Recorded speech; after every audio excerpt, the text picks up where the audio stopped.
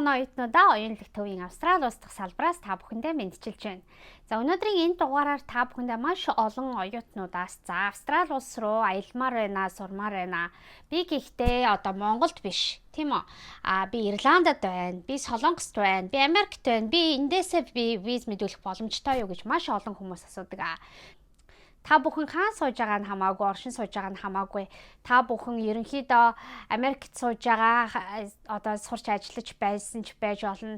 Ирланд улсад ажиллаж амьдарч байж болно. Японд ажиллаж амьдарч байж болно. Солонгост ажиллаж амьдарч байж болно. Та бүхэн Австрали улсын визийг аплай хийх бүрэн боломжтой. Яг тухайн амьдарч байгаа газараасаа аплай хийх бүрэн боломжтой гэдгийг та бүхэндээ энэ дашрамд хэлмээр байна. За тэгэнгүүтээ та бүхэн Австрали улс руу ихэнхдээ монголчууд маань ямар визагаар хурж ирдэг вэ гэх юм бол нэгдүгээрт нь аяллаа визагаар хурж ирэх боломжтой. Та бүхэн тухайн оршин сууж байгаа орноос Австрали улсын визийг мэдүүлнэ.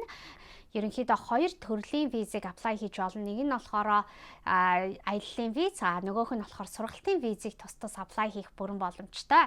За сургалтын визийг аплай хийхийн тулд мэдээж маш удаан хугацааны хөдөлмөр үйл ажиллагаа шаардагдана.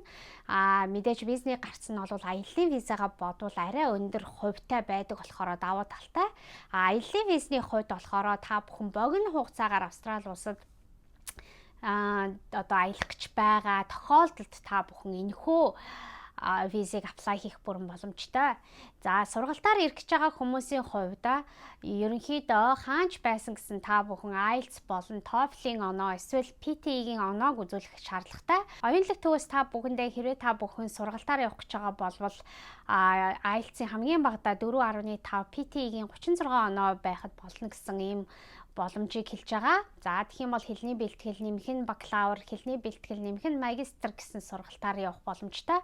Санхүүгийн бичиг баримтын хувьд та бүхэн Монголдоо эсвэл тухайн оршин сууж байгаа газрынхаа дансанд мөнгөө байршуулан 6 сараас 1 жилийн хугацаагаар байршуулад түүнийхээ дараа сургалтын визийг аплай хийнэ гэдгийг анхаарна.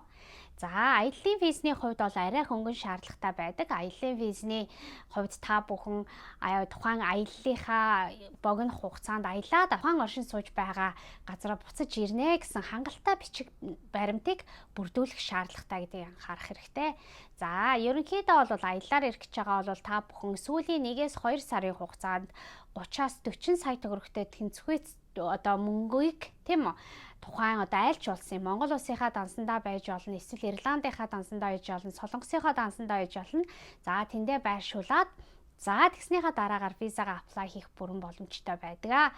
За тэгээд илүү дэлгэрэнгүй мэдээллийг оюунлаг төвөөс та бүхэн мэдээллийг аваад яваарай. Zoom-ээр та бүхэндээ мэдээлэл өгөх боломжтой. Гэхдээ яг цаг тохироод авсныхан дараагаар болдог юм гэдгийг анхаараарай. За ингээд та бүхэндээ амжилт хүсье. Баяртай.